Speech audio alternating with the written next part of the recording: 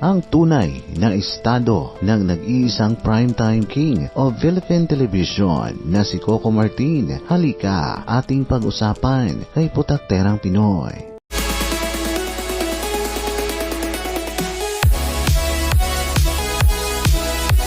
Si Rodel Pacheco na Sanseno ay ipinanganak sa Santa Cruz, Maynila, kina Maria Teresa Pacheco at Ramon Nasensino. Bata pa lang umano siya ay nagkahiwalay ang kanyang mga magulang at inaalagaan siya ng kanyang lola Matilde. Lumaki siya sa Novaliches, Quezon City at sa kasalukuyan ay ginugol niya ang halos ng lahat ng kanyang oras sa mga lansangan upang mabuhay. Madalas siyang pumupunta sa Quiapo Church sa Maynila kasama ang kanyang lola Matilde upang humingi ng gabay sa itim na Nazareno. Sa kabila ng hindi magandang kalagayan ng kanilang pamumuhay, nag-aaral siya sa elementarya at high school sa Capitol Institute sa Novaliches. Nagkamit si Martin ng degree sa pamamahala ng Hotel and Restaurant mula sa National College of Business and Arts sa Fairview, Quezon City upang mapanatili ang kanyang pag-aaral. Nagtrabaho siya sa pamamahagi ng isang flyer bilang isang barista, isang merchandiser, isang waiter, isang driver.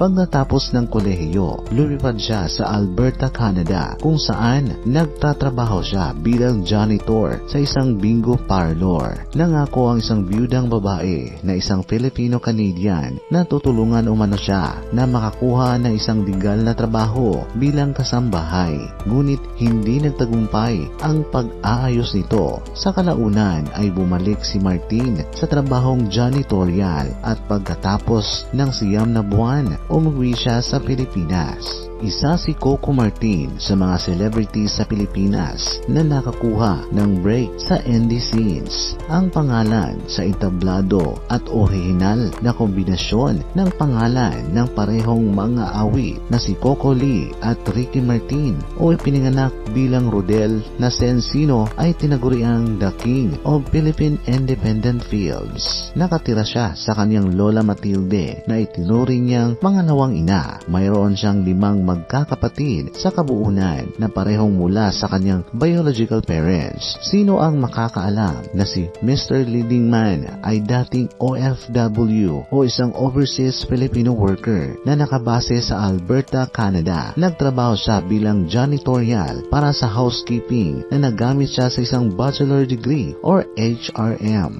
Hotel and Restaurant Management sa National College of Business and Arts. Maaari po kayong mag-like and subscribe sa ating munting channel para palagi kayong updated sa mga kaganapan at sa bawat karagdagang impormasyon. Kay Putakterang Pinoy, marami pong salamat.